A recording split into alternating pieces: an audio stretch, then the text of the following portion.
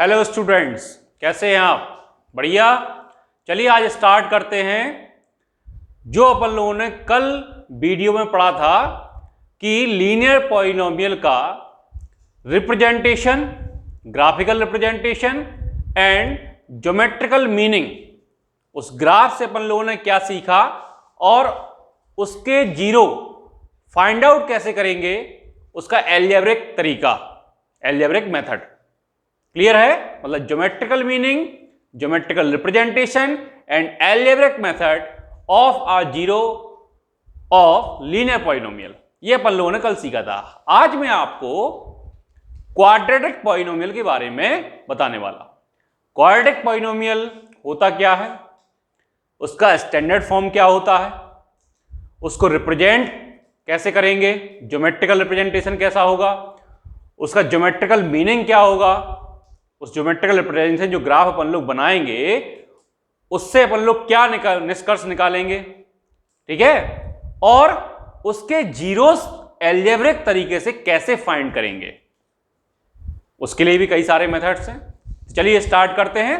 Quadratic polynomial, जिसको अपन लोग हिंदी में कहते हैं द्विघात बहुपद। क्या कहते हैं? द्विघात बहुपद।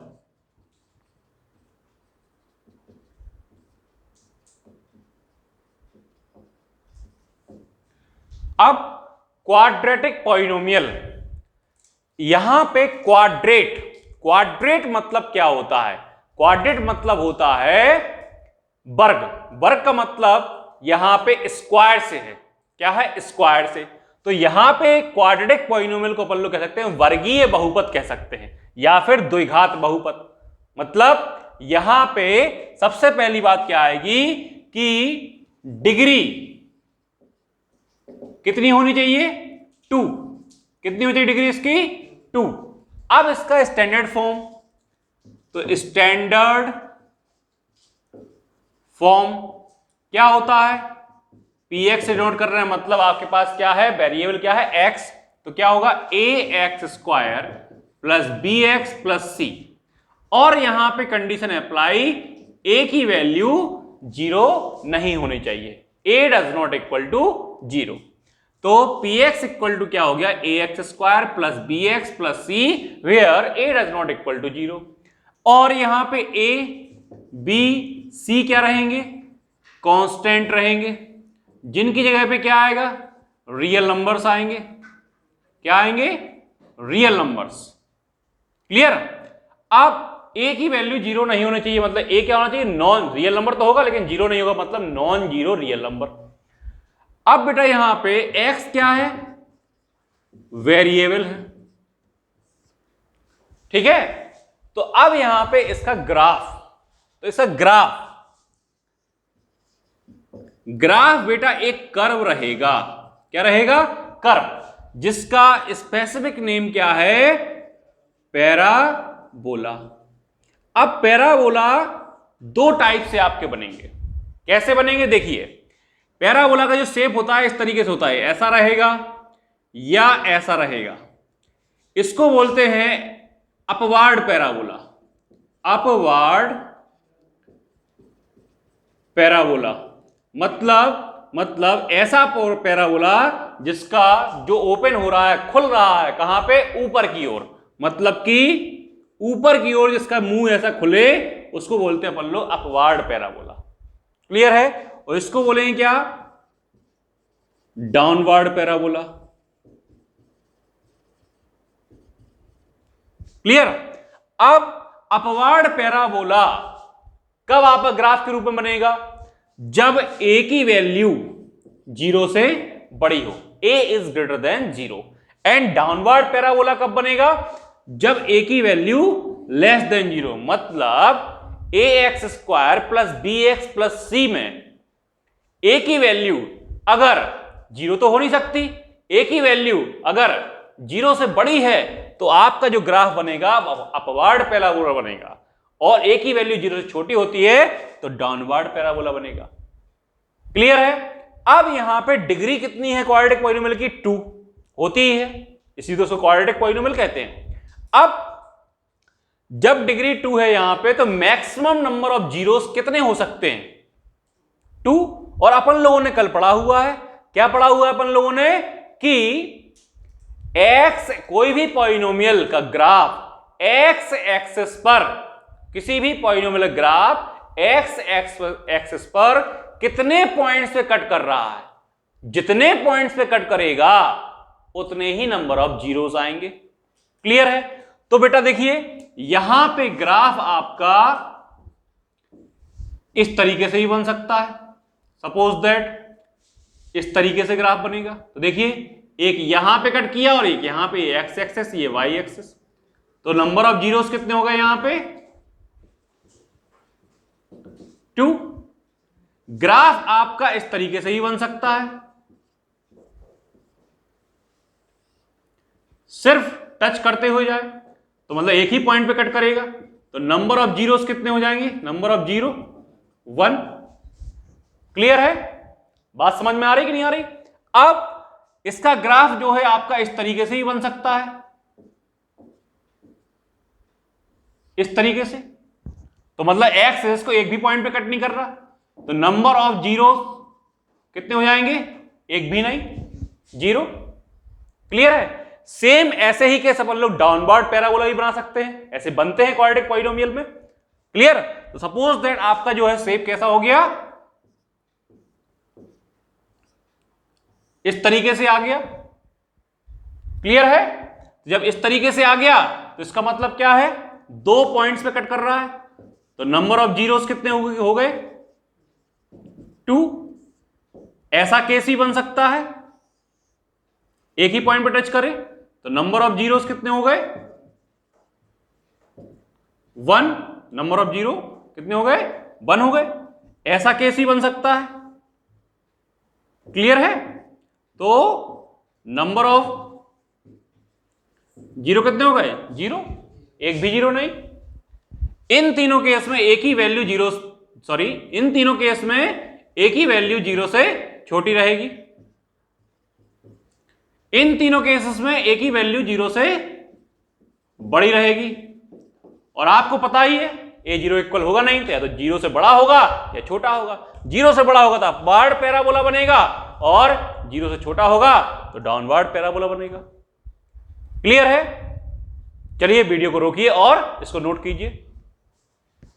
वैसे आपको समझ में तो आ ही गया होगा कि क्वाड्रेटिक पॉलिनोमियल का जो ग्राफिकल रिप्रेजेंटेशन है वो कैसा रहेगा, एक कर्व रहेगा।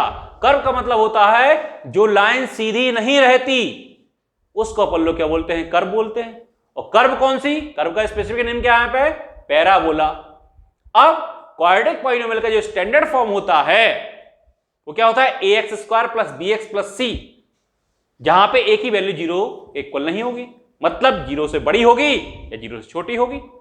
और a है क्या, x² का कोफिशिएंट। सपोज दैट आपके पास पॉलिनोमियल क्या है, 3x² + 6x + 5। क्लियर है? तो ये जो है आपके पास एक ही वैल्यू क्या, 3 से बड़ी, वो 0 से बड़ी 3 है। तो यहां पे क्या हो जाएगा, यहां पे क्या हो जाएगा, इसका ग्राफ जो बनेगा अपवर्ड पैराबोला बनेगा। अगर मैंने यहां पे कह दिया -3x² + 6x - 5, तो यहां पे इसका ग्राफ कैसा रहेगा, डाउनवर्ड पैराबोला। अब ग्राफ बना के बताइए, तो ये दूसरी बात हो जाती है। ग्राफ का टाइप कैसा होगा, नेम क्या होगा, वो अपन लोग बता सकते हैं कि अपवर्ड होगा कि डाउनवर्ड होगा, कि जो पैराबोला है ओपनिंग अपवर्ड कि ओपनिंग डाउनवर्ड, ये अपन लोग बता सकते हैं। लेकिन ग्राफ कैसा रहेगा उसके लिए अपन लोगों को क्या चाहिए, कोऑर्डिनेट ज्योमेट्री में जो अपन लोग पॉइंट्स निकालते थे। क्लियर है? उस हिसाब से, जैसा कि अपन ने कल लीनियर पॉलिनोमियल केस में ग्राफ बनाया। ठीक है? तो यहां पे लीनियर पॉलिनोमियल ग्राफ कैसा रहता है, कि स्ट्रेट लाइन रहता है, और क्वाड्रेटिक पॉलिनोमियल ग्राफ कैसा रहता है, एक कर्व रहता है, उस कर्व का नेम क्या है, पैराबोला। क्लियर है? पैराबोला 2 टाइप से रहेगा, यहां पे क्या रहेगा, अपवर्ड या डाउनवर्ड। अपवर्ड कब रहेगा, जब यहां पे कोफिशिएंट ऑफ x², मतलब एक ही वैल्यू 0 से बड़ी रहेगी। डाउनवर्ड कब रहेगा, जब क्वाड्रेटिक इक्वेशन में a मतलब कोफिशिएंट ऑफ x² की वैल्यू 0 से छोटी रहेगी। इतनी बात आपको क्लियर हो गई होगी। चलिए वीडियो को रोकिए और नोट कीजिए।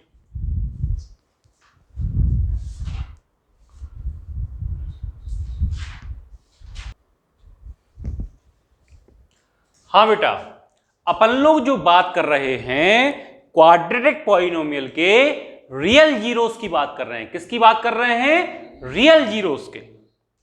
अब रियल जीरोस कैसे मिलेंगे और कैसे पता लगाएंगे अपन लोग, मतलब geometric meaning of zeros of a quadratic polynomial, graph से कैसे पता लगाएंगे? तो अभी मैंने आपको कुछ ग्राफ्स बताए कि आप एक क्वाड्रेटिक पॉलिनोमियल ग्राफ इस तरीके से बन सकते हैं। तो सपोज दैट आपका ग्राफ कैसे बन रहा है बेटा, ये एक्स एक्सिस, ये वाई एक्सिस, और ग्राफ आपका सपोज दैट ऐसा बन रहा है। मतलब ये ग्राफ एक्स एक्सिस को 2 पॉइंट्स पे कट कर रहा है। तो नंबर ऑफ जीरोस क्या होंगे यहां पे? कितने होंगे? 2 होंगे। और वो दोनों जीरोस कैसे होंगे? रियल जीरोस होंगे। कैसे होंगे? Real zero. रियल जीरोस मतलब रियल, उनकी जो जीरोस आएंगे उनकी वैल्यू कैसी रहेगी? रियल नंबर रहेगी। बात समझ में आया? अगर आपका ग्राफ जो है इस तरीके से बना हुआ मिल गया, अब कुछ बच्चे पूछेंगे सर यहां भी तो कट कर रहा है। नहीं, एक्स एक्सिस पे कहां पे कट कर रहा है? तो एक ही पॉइंट पे कट कर रहा है या टच कर रहा है। तो यहां पे नंबर ऑफ जीरोस कितना रहेगा? 1। देखिए क्वाड्रेटिक पॉलिनोमियल की जो डिग्री रहती है वो 2 रहती है, तो नंबर ऑफ जीरोस भी 2 ही आएंगे। लेकिन यहां पे 1 क्यों लिख रहा है हम? देखिए 1 का कॉन्सेप्ट देखिए, यहां पे सपोज दैट कई बार जब आप क्वाड्रेटिक पॉलिनोमियल को सॉल्व करोगे या कोई भी वैल्यू सॉल्व करोगे क्वाड्रेटिक पॉलिनोमियल की, तो 1/2 आ गया। सपोज दैट क्या आ गया? 1/2। मतलब कि कोई क्वाड्रेटिक पॉलिनोमियल के फैक्टर्स करे आपने 2x - 1 और 2x - 1 आ गए, तो 2x - 1 इक्वल टू 0, तो 2x इक्वल टू क्या आ गया? 1। तो x की वैल्यू क्या आ गई? 1/2। क्लियर है? मतलब इसको भी सॉल्व करोगे तो भी x की वैल्यू 1/2 आएगी। तो नंबर ऑफ जीरो तो एक रहेगा, रियल जीरो एक ही रहेगा, लेकिन वो कैसे रहेंगे? सेम रहेंगे। मतलब इक्वल जीरोस आएंगे। कैसे आएंगे? Equal zeros. अगर ग्राफ आपका टच कर रहा है एक्स एक्सिस को सिर्फ एक ही पॉइंट पे, तो वो जीरो तो एक ही रहेगा, एक्स की वैल्यू एक ही कहलाएगी 1/2। इस केस में सपोज दैट मान लीजिए ऐसा केस है आपके पास, लेकिन वो जीरोस कैसे रहेंगे? सेम रहेंगे। कैसे रहेंगे? सेम। और दोनों कैसे रहेंगे? रियल जीरोस रहेंगे। कैसे रहेंगे? Real zeros. लेकिन अगर आपका ग्राफ किस तरीके से मिला आपको? इस तरीके से मिल गया, सपोज दैट इस तरीके से, जो एक्स एक्सिस को टच ही नहीं कर रहा। क्या नहीं कर रहा? टच ही नहीं कर रहा। या आपको इस तरीके से मिल गया जो टच ही नहीं कर रहा। तो यहां पे नंबर ऑफ रियल जीरोस कितने रहेंगे? एक भी जीरोस नहीं रहेंगे। नंबर ऑफ रियल जीरोस कितने रहेंगे? एक भी नहीं रहेंगे। क्लियर है? वो जीरोस कैसे रहेंगे आपके? इमेजिनरी रहेंगे। इमेजिनरी। ठीक है? मतलब नो रियल जीरोस। तो ये ग्राफिकल मीनिंग आपको पता चल गया। अब ऐसा केस आपका जो है, इसी में आपका डाउनवर्ड में ही बन सकता है। ऐसा डाउनवर्ड में ऐसा बन सकता है आपका ये। क्लियर है? तो इतना तो आप लोग समझ गए होंगे कि किसी भी पॉलिनोमियल ग्राफ एक्स एक्सिस पे कितने पॉइंट्स पे कट कर रहा है, जितने पॉइंट्स पे कट करेगा उतने ही उसके नंबर ऑफ जीरोस रहेंगे। क्लियर? कट ही नहीं कर रहा तो उसके रियल जीरोस नहीं रहेंगे। वो जीरोस कैसे रहेंगे? इमेजिनरी। मतलब कि नो रियल जीरोस। और सिर्फ एक ही पॉइंट पे टच कर रहा है, मतलब जीरोस तो आपके 2 आएंगे लेकिन उनकी वैल्यू सेम रहेगी, इसलिए 1 0 काउंट किया जाएगा। बात समझ में आ रहा है? अब अपन लोग इसको एल्जेब्रिकली कैसे फाइंड आउट करें?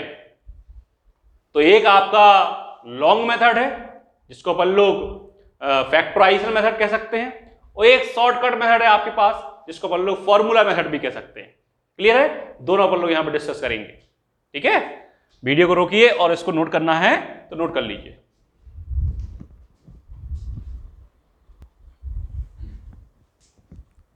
चलिए बेटा, अब अपन लोग फाइंड करेंगे जीरोस। कैसे फाइंड करेंगे? By algebraic method. कैसे? देखिए यहां पे सबसे पहले आपके पास जो पॉलिनोमियल है वो क्वाड्रेटिक है, कैसा है, a x square plus b x plus c, ये आपका स्टैंडर्ड फॉर्म, और यहां पे ए की वैल्यू जीरो नहीं होगी। ए बी सी, ए जो है जीरो नहीं होगा तो कोई भी रियल नंबर हो सकता है जीरो के अलावा, नॉन जीरो रियल नंबर कहलाएगा यहाँ पे, ठीक है ना। बी सी कोई भी नंबर हो सकते हैं। तो ए क्या है यहां पे बेटा, coefficient of X square, B क्या है, coefficient of X, and C क्या है, कांस्टेंट टर्म। क्लियर है। अब यहां पे क्लास 10 सीबीएसई में इसके जीरोस फाइंड करने का मतलब एक्स की वैल्यूज फाइंड करनी है आपको यहां पे। तो एक्स की वैल्यू फाइंड करने के लिए आपका जो मेथड है एनसीईआरटी में वो फैक्टराइजेशन मेथड है, लेकिन ऑब्जेक्टिव क्वेश्चंस के लिए कैसे आप शॉर्ट ट्रिक अपनाएं, तो उसके लिए एक मेथड मैं आपको बताने वाला हूं, फॉर्मूला मेथड। देखिए बेटा, तो सबसे पहले एक यहां पे टर्मिनोलॉजी आती है डी, डी को बोलते हैं अपन लोग डिस्क्रिमिनेंट। क्लियर। इसकी वैल्यू होती है B square minus 4ac। ABC आपको कहां से मिलेंगे, यहां से मिलेंगे, B square minus 4ac। Clear है। तो रियल रूट्स के लिए जो रियल रूट्स है, ठीक है ना, मतलब कि फॉर रियल रूट्स बोलो या रियल जीरोस बोलो, रियल जीरोस फाइंड आउट करने के लिए कंपल्सरी है कि डी की वैल्यू जीरो या जीरो से बड़ी आनी चाहिए। क्लियर है। मतलब डी की वैल्यू क्या आनी चाहिए, जीरो या जीरो से बड़ी आनी चाहिए। अब डी की वैल्यू जब निकल आती है तो एक डायरेक्टली फॉर्मूला है आपके पास, क्या है, डायरेक्टली फॉर्मूला है जीरोस फाइंड करने का, वो क्या है, minus B plus minus under root D upon 2a। ये आपके पास फॉर्मूला है वैल्यू ऑफ एक्स फाइंड करने का, मतलब जीरोस फाइंड करने का तरीका, ठीक है ना। अब यहां पे दो जीरोस रहेंगे, कैसे रहेंगे, एक आपका जीरोस क्या रहेगा, माइनस बी प्लस रखेंगे under root D upon 2a, दूसरा जीरो क्या रहेगा, minus B minus under root D upon 2a। Clear है। यदि डी की वैल्यू क्या आ गई, जीरो आ गई, आपने कैलकुलेशन किया और डी की वैल्यू क्या आ गई, जीरो आ गई, तो एक्स की दो वैल्यूज आपकी कैसे रहेंगी, माइनस बी अपॉन 2a, क्योंकि ये जीरो हो जाएगा, और यहां पे भी माइनस बी अपॉन 2a, मतलब इक्वल वैल्यूज आएंगी। क्लियर है। बात समझ में आ रहा कि नहीं आ रहा। तो अब इस केस में मतलब क्या है, जब डी की वैल्यू जीरो से बड़ी रहेगी। क्लियर है। तो इस केस में बेटा आपका जो ग्राफ था वो 2 पॉइंट्स पे कट करेगा, सपोज दैट ऐसा रहेगा या ऐसा रहेगा, और इस केस में ग्राफ जो है एक ही पॉइंट पे कट करेगा। क्लियर है। और ये ग्राफ का जो ओपनिंग अपवर्ड या डाउनवर्ड है वो डिपेंड करेगा एक ही वैल्यू के ऊपर, अगर जीरो से बड़ा है तो अपवर्ड होगा और ये जीरो से छोटा है तो डाउनवर्ड होगा। तो यहां आप बात समझ गए। अगर डी की वैल्यू जीरो से छोटी आ गई तो जीरोस कैसे रहते हैं, इमेजिनरी रहते हैं, मतलब नो रियल।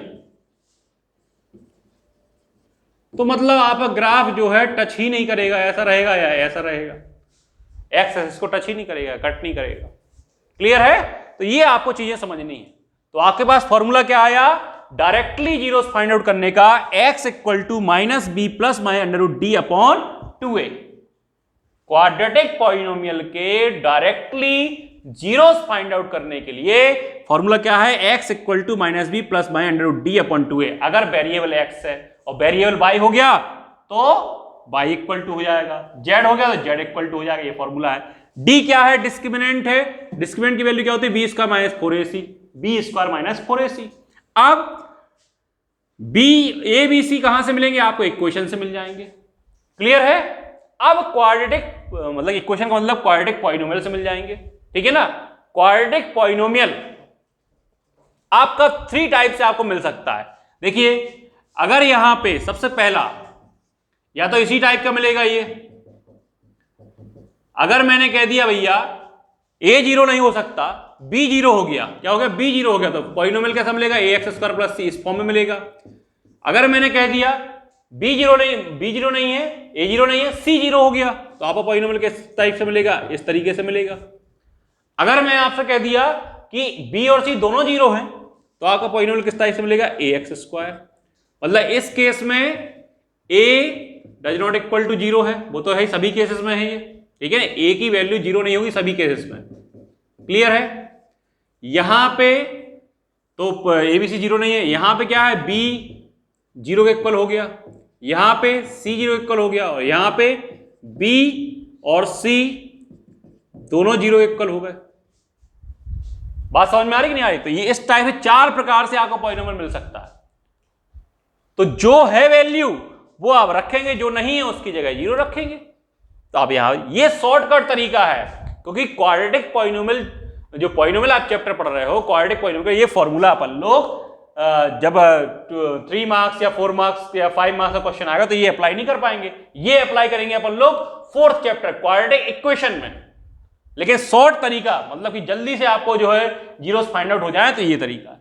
और वरना आप जो है फैक्टराइजेशन अप्लाई करेंगे, जो कि अभी मैं आपको बताने वाला हूं। क्लियर है? तो वीडियो को रोकिए और नोट कीजिए। और इसको कुछ लोग ऐसे भी लिख देते हैं directly, -b plus minus under root b square minus 4ac upon 2a, इसको ऐसे भी लिख देते हैं। क्लियर है? बस d की वैल्यू रख दी। इसको बोलते हैं क्वाड्रेटिक फॉर्मूला, मतलब इसको श्री धराचार्यास फॉर्मूला भी कह सकते हैं, सूत्र सूत्र सूत्र। क्लियर है? तो वीडियो को रोकिए और नोट कीजिए।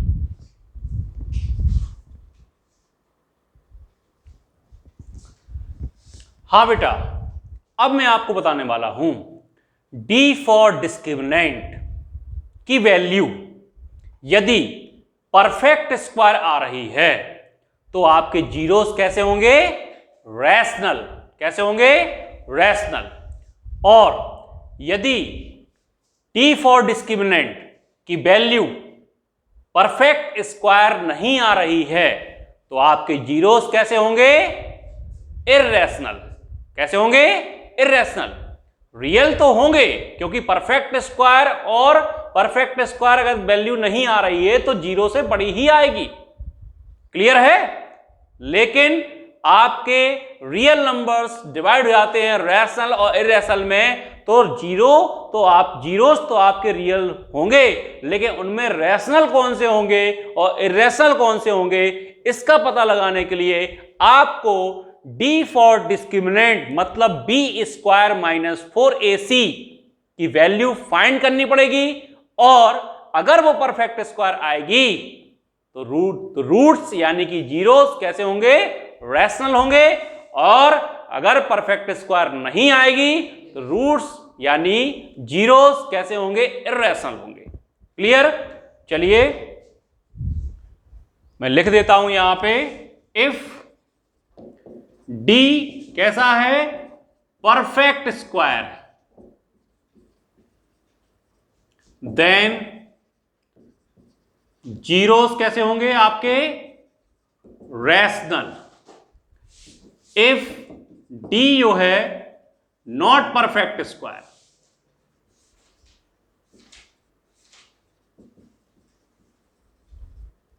तो जीरोस कैसे होंगे आपके, इर्रेशनल।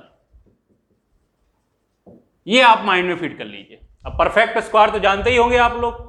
क्लियर है? 1 का स्क्वायर 1, 2 का स्क्वायर क्या होता है 4, तो 1 4, 3 का स्क्वायर 9 9, 4 का स्क्वायर 16, तो ये सब क्या है, परफेक्ट स्क्वायर्स। क्लियर है? जल्दी इसको नोट कर लीजिए।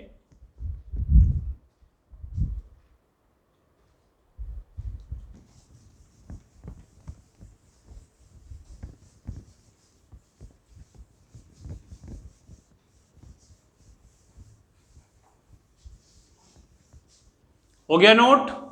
चलिए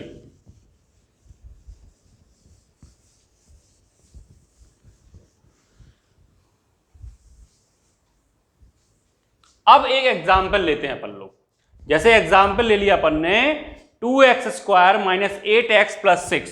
पॉलिनोमियल आपके पास क्या है, 2x square minus 8x plus 6।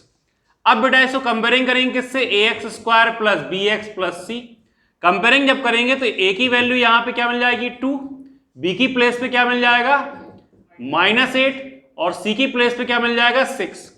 सबसे पहले इसका डी निकाल लेंगे, बी स्क्वायर -4ac डिस्क्रिमिनेंट तो क्या जाएगा -8 का स्क्वायर -4 इंटू 2 इंटू 6, माइनस का स्क्वायर पॉजिटिव, 8 का स्क्वायर कितना हो जाएगा 64 -4 2 जा 8, 8 6 जा 48, तो 64 में से 48 जाएगा तो कितना बचेगा 16। क्लियर है, बात समझ में आया कि नहीं आया? अब देखिए बेटा 16 क्या है, एक परफेक्ट स्क्वायर है कि नहीं है? तो इसके जीरोस कैसे आएंगे, कैसे आएंगे जीरोस? रियल तो होंगे ही, लेकिन रियल में कैसे होंगे, रेशनल होंगे, क्योंकि डी की वैल्यू 0 से बड़ी है तो रियल तो होना ही होना है। क्लियर है, और रेशनल होंगे। अगर यहां पे 15 आता सपोज दैट, तो रियल तो होते ही होते, लेकिन कैसे होते, इरेशनल होते। ये क्वेश्चंस पूछे जा सकते हैं। अब जीरोस क्या होंगे, वैल्यू क्या होगी जीरोस की, एक्स की वैल्यू क्या होगी, तो फॉर्मूला पुट कर देंगे। क्या होता है formula, x equal to -b plus minus under root D upon 2a, which means यहां पे करता हूं तो x equal to -b, b की वैल्यू क्या है -8, तो माइनस तो यहां लगाएंगे ही लगाएंगे यहां पे, और b की प्लेस पे क्या रख देंगे -8 plus minus under root D कितना है 16 अपॉन 2, a की वैल्यू कितनी है बेटा, a की वैल्यू 2, तो माइनस इंटू माइनस प्लस हो जाएगा, प्लस माइनस 16 का रूट निकालेंगे कितना आएगा 4, 2 2 जा 4, 8 प्लस 4 अपॉन 4 एक बार, 8 माइनस 4 अपॉन 4, और देखिए 8 plus 4 12 upon 4 and 8 minus 4 4 upon 4, तो देखिए बेटा 4 3 जा 12 और 4 1 जा 4, तो देखिए 3 और 1 कैसे हैं, रैशनल नंबर्स हैं आपके। क्लियर है, तो इसके जीरोस क्या आ गए 3, 1, 3 और 1, 2 जीरोस आए। क्लियर है, इसका अगर अपन लोग ग्राफ भी बनाते तो एक्स एक्सिस पर ये 2 पॉइंट्स पे कट करता। कौन कौन से, एक 3 0 और एक 1, 0। क्लियर है, क्यों ऐसा, क्योंकि एक्स एक्सिस पर जो पॉइंट रहेगा उसमें बाई कोऑर्डिनेट 0 रहता है, तो x कोऑर्डिनेट की वैल्यू ही जो x इक्वल टू 3 और बनाया, ये क्या बताता है x कोऑर्डिनेट की वैल्यू उन पॉइंट्स की जिन पॉइंट्स पर इसका ग्राफ कट करेगा। क्लियर है, अब यहां पे a की वैल्यू कैसी है 2, मतलब 0 से बड़ी है, तो इसका ग्राफ कैसा रहेगा, अपवर्ड पैराबोला, मतलब parabola opening upward. Is that clear?